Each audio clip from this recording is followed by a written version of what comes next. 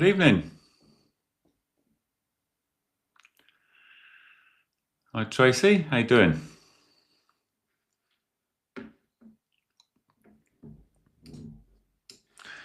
Hi Kirsten, Hayes, Cozy. How's it going, guys? Nice to see you. Good evening. Welcome to the Kundalini Code. I'm good, thanks, Tracy. I'm very good. Very good. All is well. And all will be well. No matter who you are, where you are, what you're doing, all will be well eventually. This is the Kundalini Code, just so everyone is aware if you're new here. And we talk about all matters Kundalini. All matters Kundalini system, Kundalini awakening, and anything that is considered part of that whole subject, really. And that includes all of spiritual evolution, to be honest with you. The whole spiritual journey can be included in the subject of Kundalini. Good evening, Hayes. How are you doing?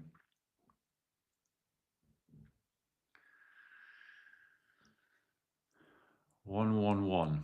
Hello. Sorry, 1111. I've gone through rapid hair growth and now I've got blocked left and right ear.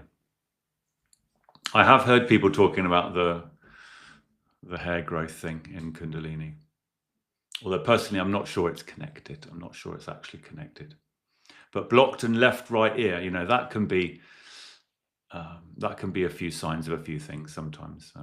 Can be sign of a blocked throat chakra sometimes, having problems around that area.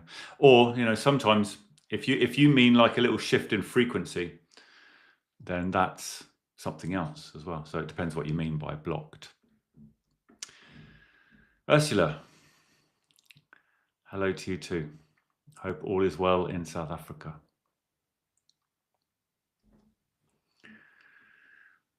Dominique, good evening. Hi. What stage of SR do we consider enlightened? Right. So what Dominique means there is self-realization. At what stage of self-realization do we consider ourselves enlightened? That's a good question, isn't it? And the answer is not a simple one. The answer is not a simple here, because when it comes to enlightenment or self-realization, and those two are exactly the same, by the way, there's no difference between those words when we're using those words anyway. There is no line, actually, that you cross over and suddenly you're enlightened or suddenly you're self-realized. There are some lines in the journey that you cross over, and this is how we measure our progress, as I've talked about many times before, the Kundalini awakening phase. And that's got loads of sort of phases in it.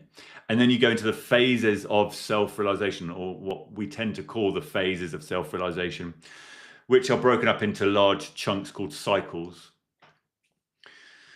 Sorry, I said that wrong, really. They're cycles of self-realization, which are then further broken up into phases.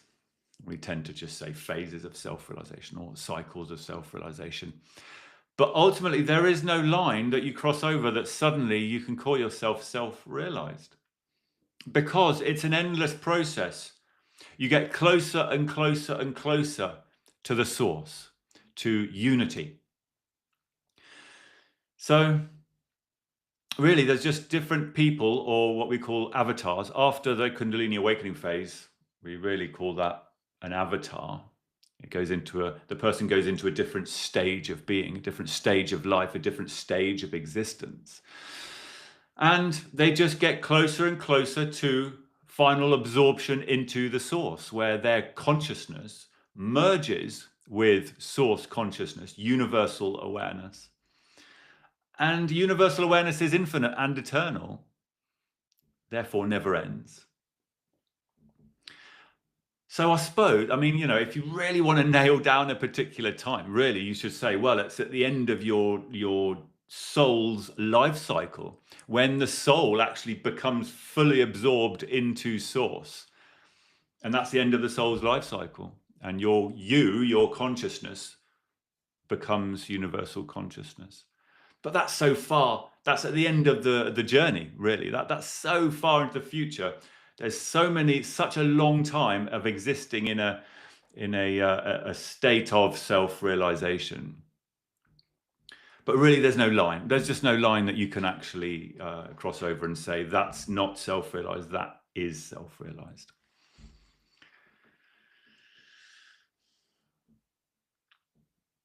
One. Could you tell me what this is, please? Yeah, this is the Kundalini Code. So we are talking about spiritual stuff, Kundalini stuff, the spiritual journey, reincarnation, Kundalini awakening, the healing journey to get to the point of self-realization, or enlightenment, as some people call it. So we talk about spiritual progress. We talk about self-healing. We talk about spiritual practice, the best way to increase our speed along the journey of spiritual evolution until it culminates in that Kundalini awakening, which is becoming very famous now. It's becoming mainstream and it's becoming very popular, this language now. So this Kundalini Code is a place where we can get together, talk about Kundalini, educate people about Kundalini, because there's a lot to learn about Kundalini. It's very important stuff. And for people to share their experiences, ask questions, make comments, that sort of stuff. That's why we're here. Each day I experience so much unbelievable things. We are so powerful and strong. Well, that's very nice and positive. Excellent. I'd like to hear it. We are so powerful and strong. Love it.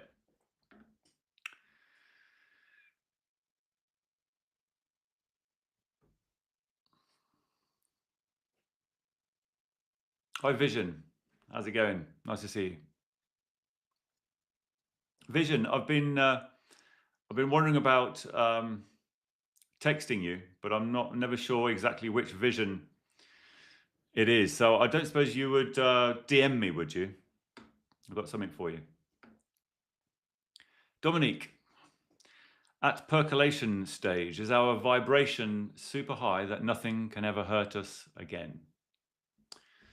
Right. So when we say things like nothing can hurt us, what we're talking about there is awareness itself, the true self. Because true self, your true state of being, is pure awareness. And awareness is non-physical. Consciousness is what I'm talking about. Pure consciousness. That's non-physical. It doesn't actually have form. It is you. It's what's looking out of your eyes right now, but it has no form. If you try and find it, you can't find it. If you look inside and try and find it, you can't find anything because it has no form. Now, that's always been there. Everybody has consciousness and it's always watching and observing. It doesn't do anything. It is just aware. It's an aware presence inside you, which is independent of the contents of the mind.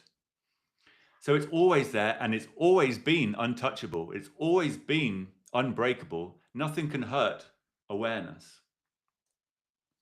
Now, when you go through self-realization, the difference is that you start to realize that. That's what happens. That's the difference here. You start to lose all the fear that you had before, which was fear of getting hurt, or fear of losing the material body, or fear of the material body going wrong, or fear of losing people around us. Because these are attachments in the mind. That is the lower mind conditioning patterns which gets attached to things. And it's the egoic identity which governs that, all those attachments. It's the egoic identity that can be hurt. And we call that the false identity because it's not really you. It is a false identity. It is a psychological structure in the mind. That's what can get hurt. That's what can get damaged through negative thoughts, negative emotions. The material body can get damaged, can't it? Of course it can. But all this is not you. You are pure awareness. And when you go through self-realization, you start to realize that, and everything falls away and all fear disappears. And you realize you can't get hurt because you are infinite and eternal.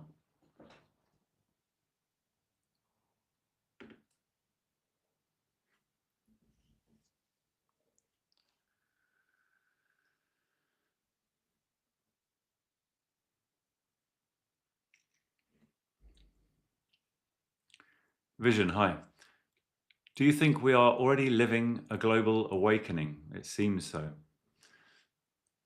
Well, again, the global awakening doesn't necessarily have a line either, to be honest with you, because the global awakening itself, really, what is the global awakening? Well, it is self-realization happening to people on a collective level. So we go through self-realization as an individual, but collectively we go through self-realization together as well. We do that in soul families, but we also do it globally because we are really just one big soul family. And the global awakening is the moment in the planet's history where we move from the age of suffering to the golden age of self-realization. And the global awakening happens at that sort of point. And it's when a huge amount of people start becoming self-realized en masse. And it's not the whole planet's population, but a significant amount of people, and it builds and builds and builds and builds and builds from there exponentially. But if you zoom in and try and find the actual start, there isn't really an actual start. I tell you what, if you're going to be technical, you could say that the actual start was when the first person, the first human on this planet became self-realized or had a Kundalini awakening and started self-realization. And that was about 5,000 years ago. But really, back then it was so sporadic and rare. Nowadays, it's just, well, in the modern era right now, it is just starting to explode. So if you could put yourself anywhere in the whole scale of the global awakening, I would say we are just at the very, very, very beginnings of the explosion, really. And to be honest with you, there's a bit of turmoil that needs to happen on the planet itself. You can probably tell, you look out the window into the world, of course, that unfortunately gets worse for a while, but then the global awakening really explodes, or let's say self-realization flowers, an explosion of self-realization after that period of turmoil. But it has already started, you are right, yeah.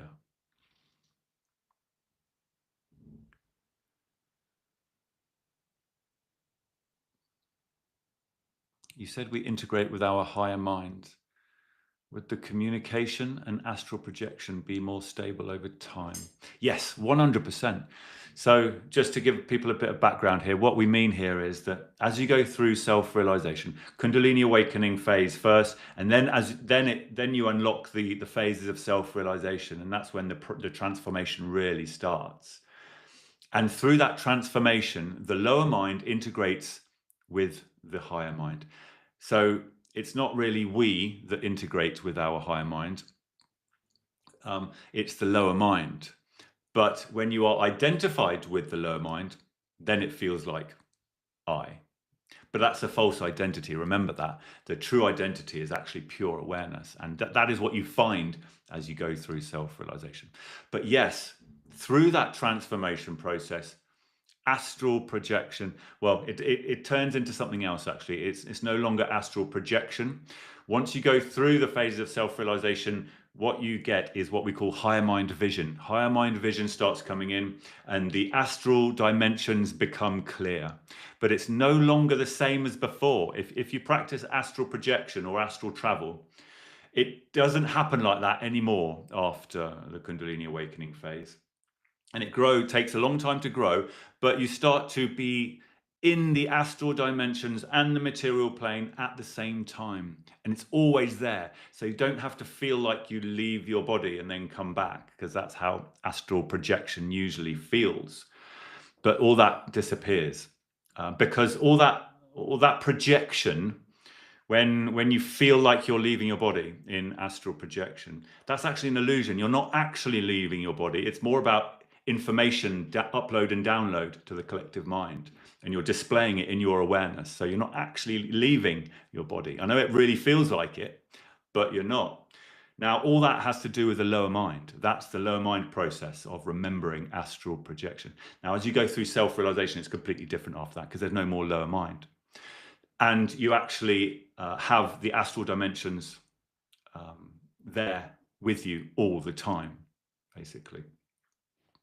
Even when you're awake, you don't have to be asleep to do it either.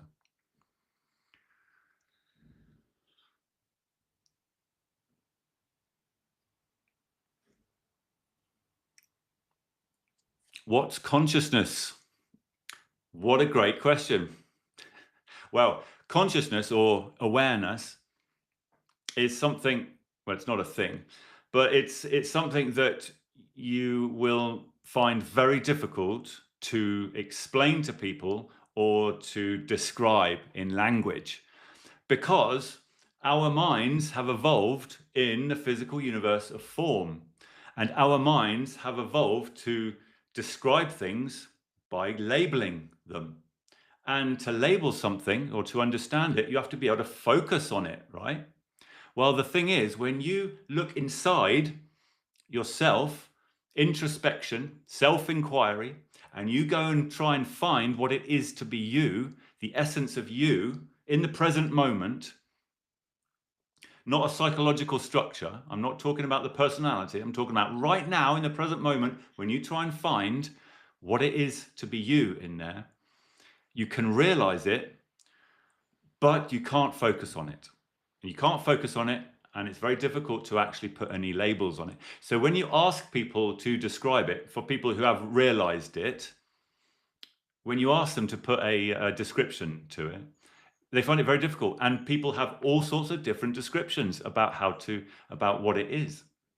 Now, the best description that we can come up with is that it is timeless, dimensionless, infinite, conscious, peace. Those are the 5 characteristics that we can really assign to it. But essentially, it's non-physical, so you can really, calling it that, it's not really what it is. You've got to go and find it yourself, experience it yourself, and then you try and describe what it is like to other people. So timeless, dimensionless, infinite, conscious, peace. That's what awareness is. And peace is the same thing as awareness. When you find or realize that awareness inside you, you find that it's made of peace. And that's why it's peaceful when you meditate.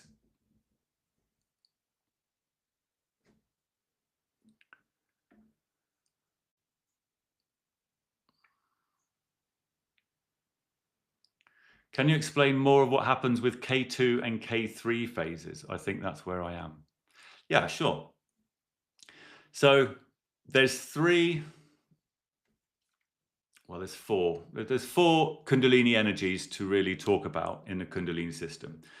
K1 is the famous one, which goes up the spine, which most people have heard of, and it goes through the major chakras. That's section 1.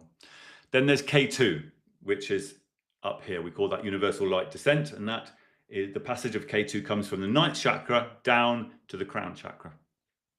And then K3 is section 3. We call that migration of identity, and that goes from the crown chakra to the bindu. Right, so you want to know about K2 and K3 phases. So as K1 energy gets to the solar plexus, it will trigger the start of K2 coming down from the 9th chakra. The 9th chakra is a couple of foot above your head here. And then there's an 8th chakra just about there as well. Like the 8th chakra is a bit of a tap. And so when the K1 gets to the solar plexus, K2 starts coming down here. And basically these Kundalini energies are opening up the Kundalini system. That's why we call it the Kundalini awakening phase. The Kundalini system is awakening. It's opening up a channel to the source of the universe, which is up at the 9th chakra. So K2 starts coming down, and you start getting symptoms very often when K2 starts coming down. You start to feel energy tingles on the top of your head sometimes. And by the way, that can happen at other times, so it's not always a Kundalini awakening, but quite often accompanied with bliss, these little tingly spots, little sensations on the top of your head, quite often blissful. Sometimes you see a light above your head, like a white shining light above your head. That's another symptom. And then sometimes you feel energy actually moving down over your face. Sometimes your face gets a bit numb from that energy as well. And when K2 actually gets to the 8th chakra, about there, well, it actually activates K3. K3 is moving from the crown chakra to the Bindu. So K1 is from the Kundalini bulb underneath the root chakra all the way to the Bindu. That's K1. K2 goes from the 9th chakra down to the crown chakra, and K3 goes from the crown chakra to the Bindu. So you can see that it's opening up a full channel. The whole Kundalini system is opening up with the movement of those 3 energies. Now, K3 is the stickiest of all. Now, K1 is pretty sticky, pretty difficult, because there's loads of blockages in the chakras that we have to unblock the chakras as K1 moves up, right? So that's quite a famous one, and it's famous for various reasons. But you want to talk about K2 and K3. So K3 is the last one to finish, really, and it's the stickiest one, because really this corresponds to how much resistance there is in the ego. The egoic identity, the false self, is actually dissolving through this process, but it resists. Now you have to get K1 up through the chakras so that you start letting go of all that energy psychology that you're holding on to, the blockages in the chakras. But really, this is the one where the ego is getting completely and utterly annihilated, to be honest with you, and it does resist. And the characteristics of that phase is that you keep falling back into the ego, falling into the mind, or falling into identification with the mind. And then you keep bringing yourself out again, and you find peace or serenity, or at least you can see the ego out here. You start to see how the psychological structure of the ego is created. You bring yourself out of it, and then you fall back in, and all the negative thoughts and emotions are piling in, and you're identified with them. It is you thinking these things, and then you pull yourself out again. So it's like flip-flopping back and forth, and it's a very frustrating time. That's characteristic of that last bit, K3. And then when K3 finishes its journey at the Bindu, it will meet with K1, because K1 has gone up the spine and finished its journey at the Bindu. K3 and K1 will mix together in union, we could say, in traditional language, and turn into K4. And then K4 goes into the lower mind and starts the whole energetic transformation process.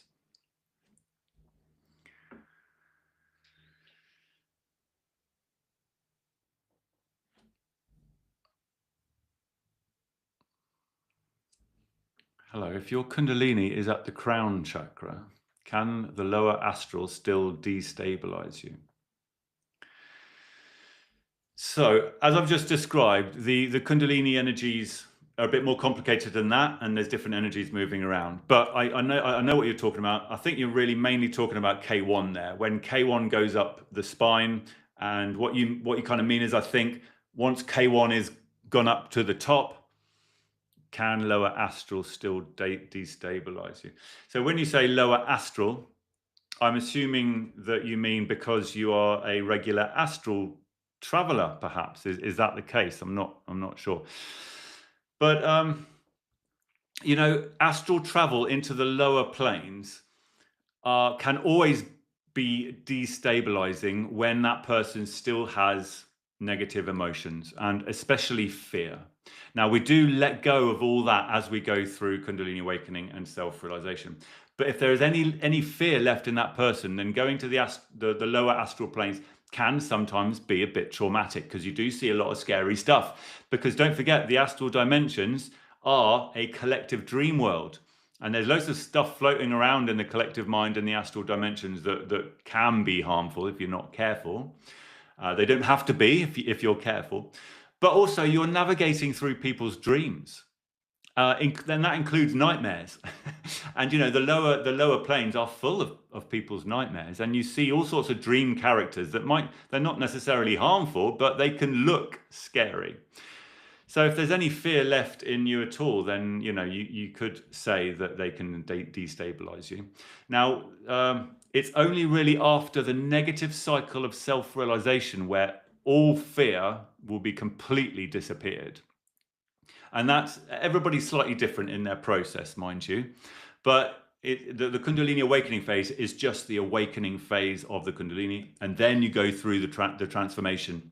And that first negative cycle is where the identity and the conditioning patterns are really getting flattened out.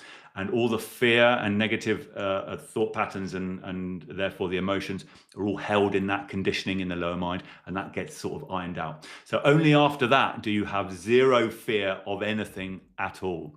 And then you could say you can navigate through whatever you want, and it wouldn't bother you at all.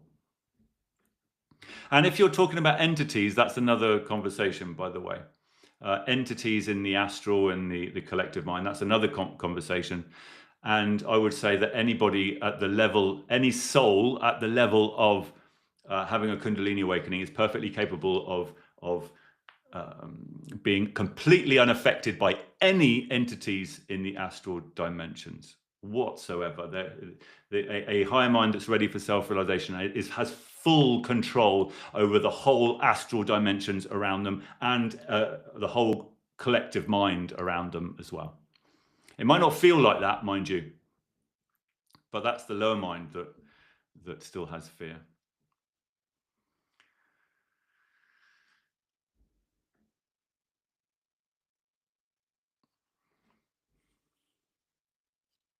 Is there a danger from disassociation from one's actions?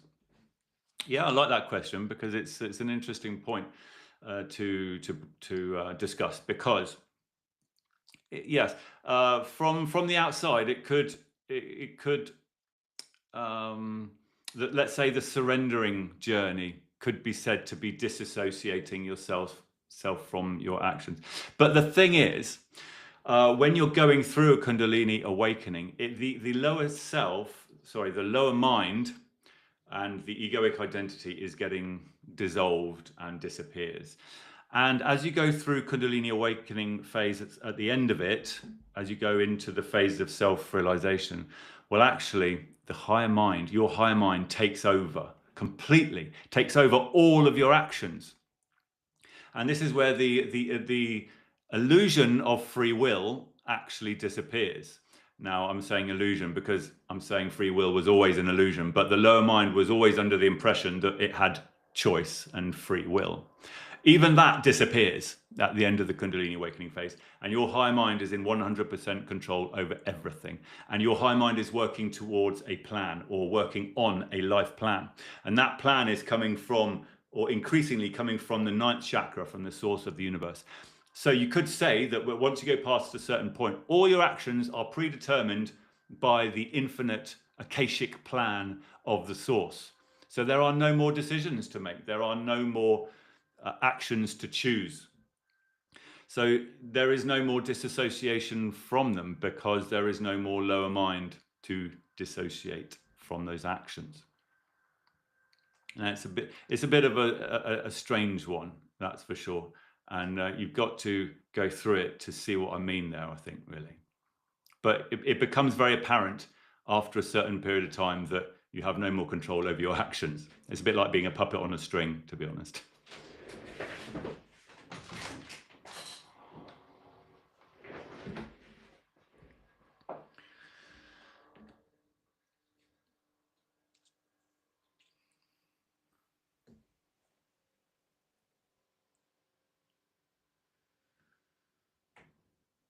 You are the awareness behind the mind. You are your own consciousness. The dreamer, the dream and the dreamer. Yes, lovely. Love it, Big R. Thank you.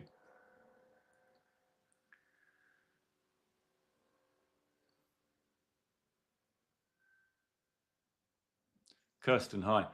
I'm 4 months in, still early. Have felt sensations around the crown area, not sure what stage I'm at. Well, without knowing more about you, it's difficult for me to say. How do you know you're 4 months in would be my first question, because the first thing you want to do is to try and figure out whether you've had a Kundalini awakening. That is very important. And I don't know how you know that. But I have to say that 4 months is not very long at all. And people can take decades to go through the Kundalini awakening phase. Not always, mind you. What we're seeing at the moment is probably an average of a couple of years, 2 or 3 years or so, to go through a Kundalini awakening phase, which is really quick, to be honest with you, because, a century ago, it probably would have been 30 or 40 years, I would say, the average. There wasn't that many people a century ago that were going through it, to be honest with you. But it's all quickening up.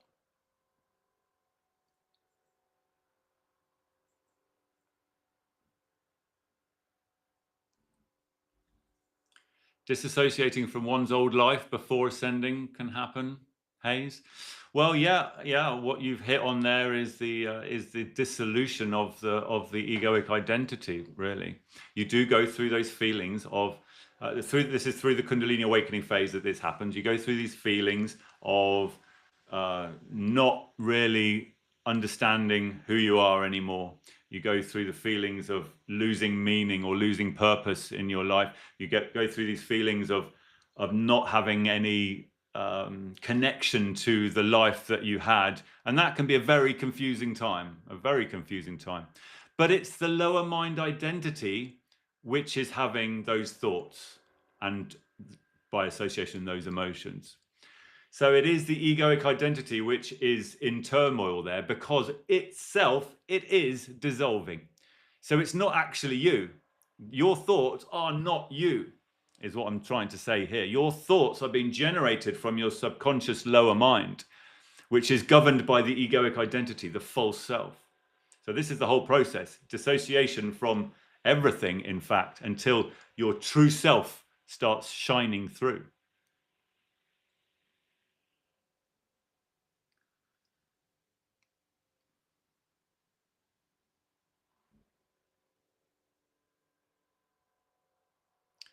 Servant of Allah. You're not very happy, are you? That's okay.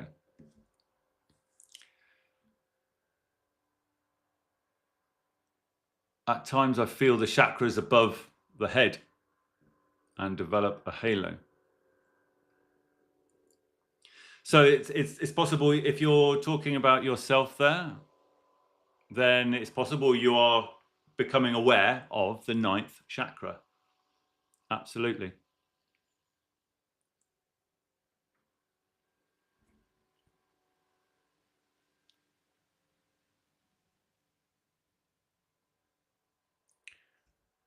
Christy, hi. You're having all this K3 resistance.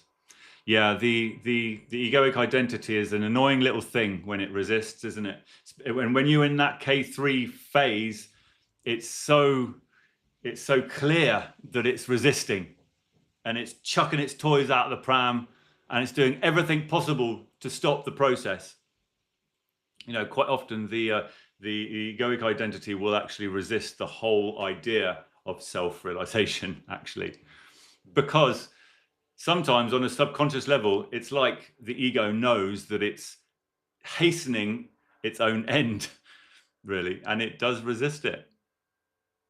It's a psychological structure, but it's a clever little thing. It's evolved to keep itself alive. It's evolved to keep the material body and alive. It's a natural part of our psychology, of course.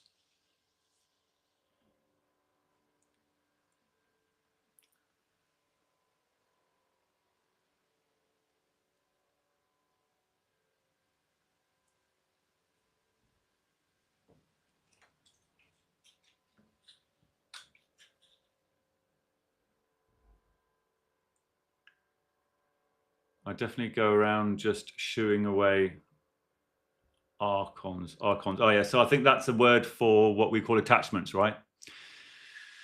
Yes, and if some people do get accosted by attachments and astral, we call them astral viruses or magnetic viruses, and there's lots and lots of different types of them. But yeah, once you learn the tricks of how to deal with them, it is a bit like shooing them away. You can literally just grab them and shoo them away. A bit like our material body shoos away viruses like the common cold, for example. It accosts us for a while, and all our immune system kicks in, and antibodies kick in, and they go and hunt the virus down and get rid of it. Well, that's why we call these entities, that's why we call them viruses, because they are like viruses. They attach onto people and they cause them harm. They sometimes feed on their negative thoughts and emotions. And it's very much like a virus.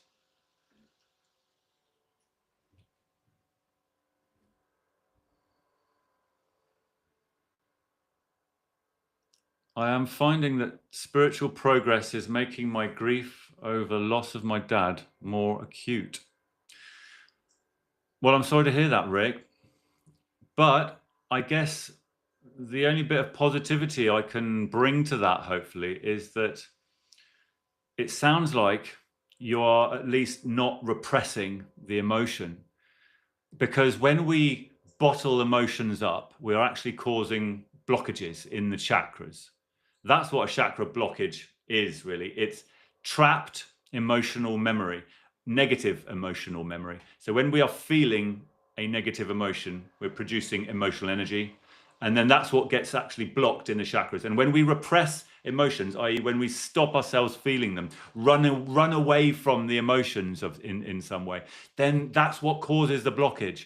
And here we're talking about the heart chakra here, because grief is governed by the heart chakra. In energy psychology, we're talking about attachment to loving relationships, and that's governed by the heart chakra. So grief, whenever somebody has grief, it will cause a blockage in the heart chakra. But if you bring that grief closer to you, if you focus on that grief, allow it to flow, and I don't mean by fueling it with loads of thoughts. We teach this process called emotional meditation. It's very simple. You focus on your emotion. You find your emotion in the body and you focus on it. You meditate on it. That shuts the mind stream down, which cuts the emotional cycle in half, but it also brings the emotion closer to you and makes you feel it deeply, deeply. You're allowing that emotion to be. You're allowing yourself to feel that emotion. And that stops the blockage from happening. So when you say it makes it more acute, that's what I hope that you mean. That's what I hope is going on, that you're actually you're focusing on it more, you're allowing it to be, therefore the blockage won't happen. And blockages causes all sorts of knock-on effects. So we really want to stop ourselves getting blockages in the heart chakra. And it triples emotional reactions as well, blockages. So that's the best thing you can do, is emotional meditation when you have grief or any emotional reaction, to be honest.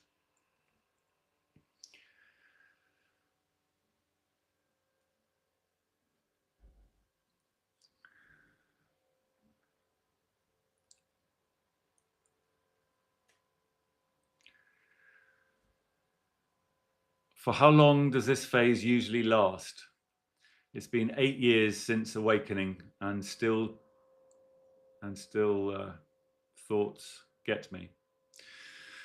Well, so the phase you're talking about, I think, is the Kundalini awakening phase, right? Because you've said it's 8 years since an awakening.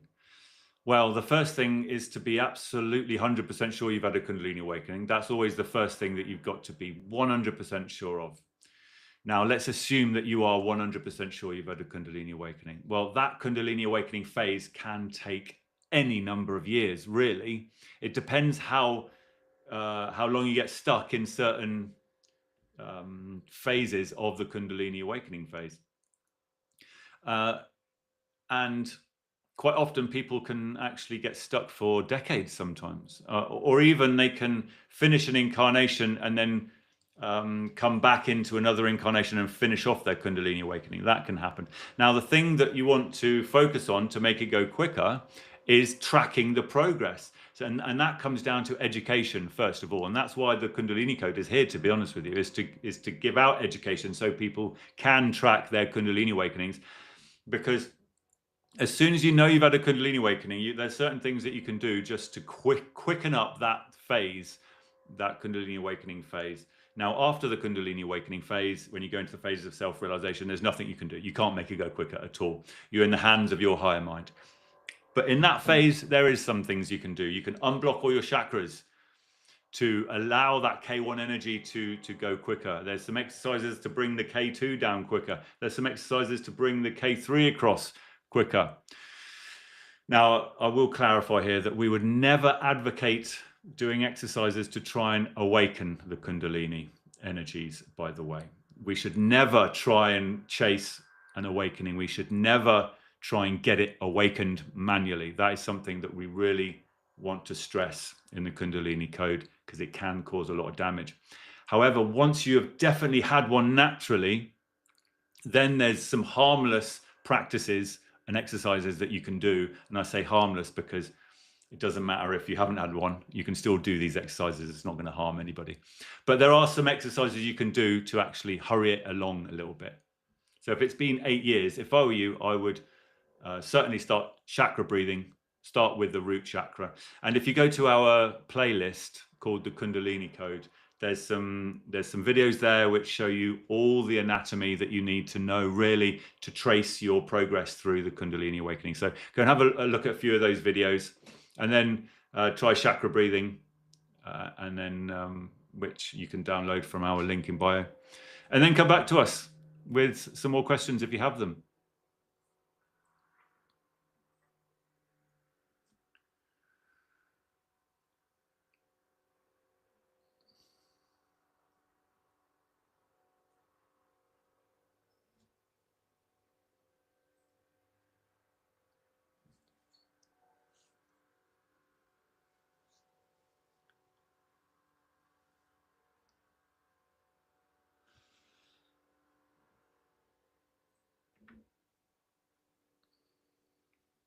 Can you please talk about Shaktipat? Yeah, I can say a few words about Shaktipat. But if you're looking for it, then it's yeah, you're not going to be you're going to be disappointed because I don't think much about Shaktipat in terms of, I don't think it really should be happening, to be honest with you. Now, people can do whatever they want, of course, it's their bodies. But I think it causes more harm than good, that's for sure.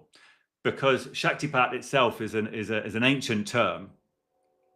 And really it comes from the ancient yogic traditions in India.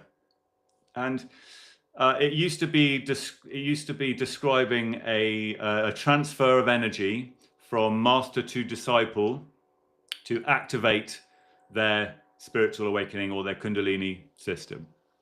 That's what it kind of means. But really, it was a kind of a guarded secret. It was underground. You had to join. You had to be a disciple of a master for your whole lifetime sometimes, and do all the spiritual work over a whole lifetime, really, to get that sort of initiation. Now, these days, it's everywhere, of course, with globalization and the internet and social media, and information and knowledge is everywhere, which I think is a good thing. I don't think it's a good thing for it to be secret, that's for sure. However, when things go global and go mainstream, then there can be some damaging things that get dragged along with it, or it can morph into something else which is not as intended originally. And that's what's happened with Shaktipat, really. The commercial world has got hold of it, of course, and that's not always a bad thing. Sometimes, like for example with meditation and yoga, that got into the mainstream. The commercial world got hold of it, but that's not a bad thing, because it just means more people are meditating, more people are doing yoga. That is a good thing. It does diversify into a million different products, which is quite often not needed, but anyway, that's another story.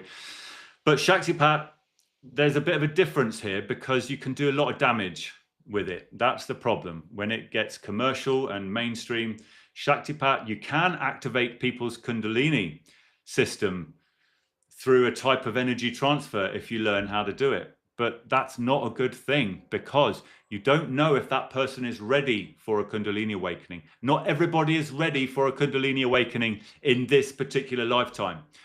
Everybody will be eventually, of course, because that is the purpose of the soul. But not everybody's ready at the same time. So quite often we are seeing people come out of some of these Kundalini awakening or activation sessions, which they're calling Shaktipat, and they're causing people a lot of problems. And we're getting a lot of people coming through our healing program, for example, with huge problems because of it, because they weren't ready for it. They've had a premature Kundalini awakening, or sometimes what we call a Kundalini rupture, which can damage the Kundalini system. And the Kundalini system is all about emotional intelligence. It is hooked up to the nervous system. So if something goes wrong with it, you're going to know about it, and it's going to cause you all sorts of problems. It can cause emotional turmoil. It can cause psychosis. It can cause nervous system problems. So we don't advocate Shaktipat, to be honest with you. And my personal opinion is that I don't really think it's needed in this world, in this modern world, because when somebody's Kundalini system is ready to awaken, there's nothing stopping it. You are going to have a Kundalini awakening. So it's best just to leave it alone, let it do its own thing, let it grow at its own speed. And when you're ready, you'll have a Kundalini awakening. So yeah, our advice is try not to chase this Kundalini awakening thing, even though it's popular and it sounds good.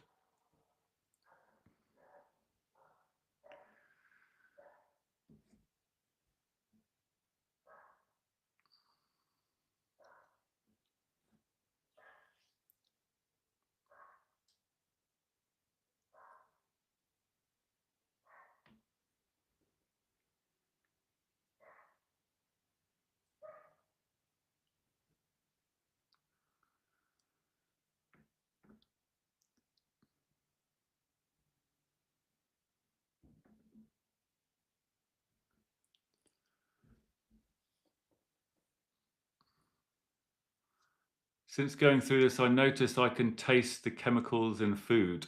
Am I alone with this? That's an interesting question. I think that has to do with intuition. I think, at a guess, without knowing you, but quite often your high mind can talk to your lower mind in many different ways. And that's what we call intuition, higher mind guidance. Now, your higher mind doesn't always do it in the normal ways, like a vision, for example, a vision in a dream or a vision, or sometimes language, sometimes words, sometimes just a knowing of some kind. You know, these are different types of intuition. But it can actually use any method whatsoever. It can use any of your senses. It's got access to the nervous system. You know, some people, you can use body movement sometimes. You know, some people use a pendulum. Dowsing, for example, is a high mind communication. And taste as well, it can make you feel like you're tasting something. So I would say personally that you're probably not tasting the actual chemical in food. It's probably an intuition that is mixed in with your taste, making you feel that way. And it might be a message of some kind, for sure.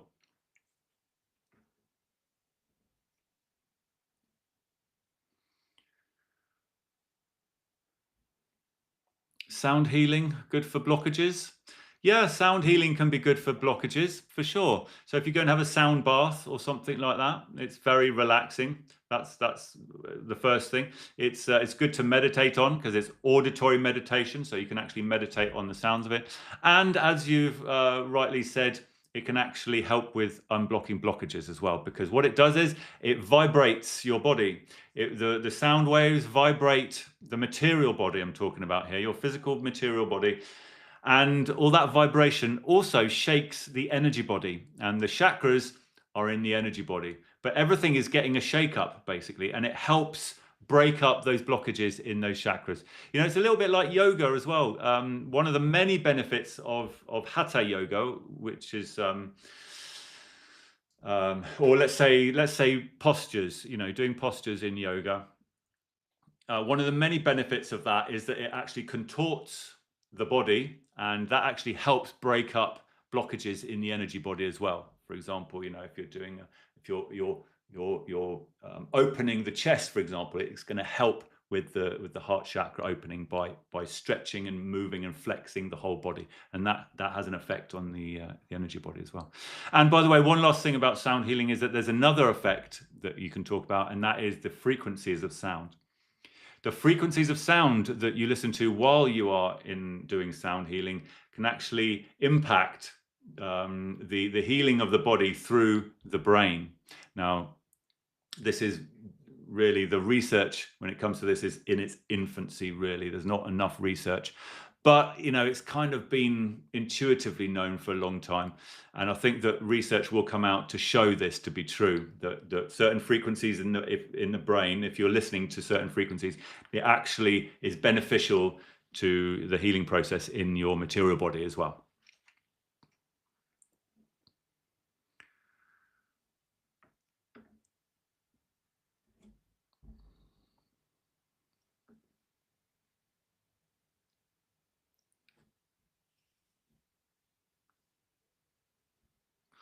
People say there's nothing like enlightenment, but rather says it's like clarity, seeing as it is. Yeah, that's one way you can describe it. That's only a small part of the whole process of enlightenment and self-realization. But in terms of seeing the world around you, then yeah, you can definitely describe it like that. And what that really means is that you are no longer seeing the world around you through a lens. Because if you think about it, the normal human condition is that you take in the world around you through your senses, through your physical senses of the material body. That gets processed by the brain. And the subconscious part of the lower mind and brain is processing all that information along with all the conditioning patterns in the brain. And then it sends through conscious thoughts into your awareness. And you also feel the resulting emotions. So in your conscious awareness, you are feeling sensory stuff coming from your senses. You are feeling thoughts, experiencing thoughts and experiencing the feeling of emotions as well. All that creates a cloud inside you, a cloud in your awareness. Now, this is the lens that you are seeing the world through. Basically, you see it through your conditioning patterns in the lower mind and through your senses. Now, yes, when you go through self-realization, all those conditioning patterns, they get ironed out. All those levels of illusion, of the false self, the egoic identity. There's all sorts of layers of illusion or ignorance, you could call it. Some people call it layers of ignorance in the ego, because it's ignorance of your own true nature. It's a false reality that you're seeing through. You think that you are this psychological identity which is navigating around the world, but you're not. It's a false identity. And going through self-realization, all that disappears out of your way, and you see the world without a lens at all, because your true self is pure awareness without that false identity. So that's why people would sometimes describe it as seeing the world as it really is, instead of through that false lens.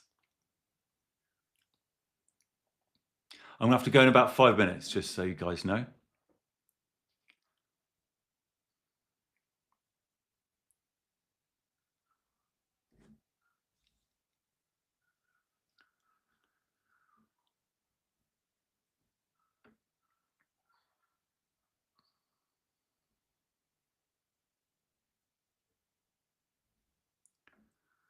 Is it common for certain people to leave your life during an awakening?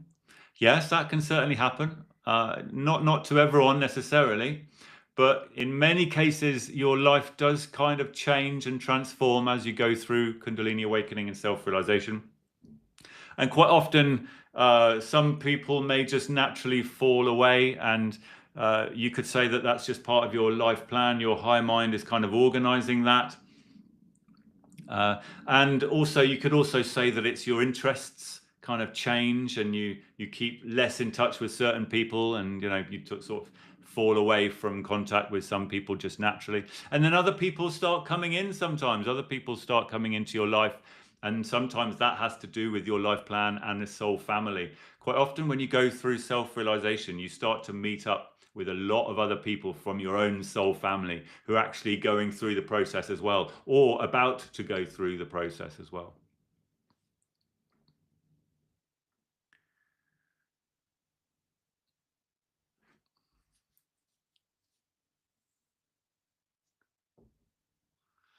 Hayes, hi. Kundalini Ascension is the highest form of spiritual enlightenment one can attain. Love it. Thank you. In my efforts to connect to my body, I've had fibromyalgia for years and can't shake it. Any advice? Yes, so we have quite a few people that come through our healing program with fibromyalgia, which is, if anyone's not aware, that is a chronic pain which sometimes moves around the body, and it's debilitating for many people. And even in science and medicine, they're not really 100% sure how it works, how it gets created, but they are aware that it has an emotional or trauma root to it. So in our healing program, the way we deal with this is through various techniques, because what we think fibromyalgia actually is blockages in the meridian system.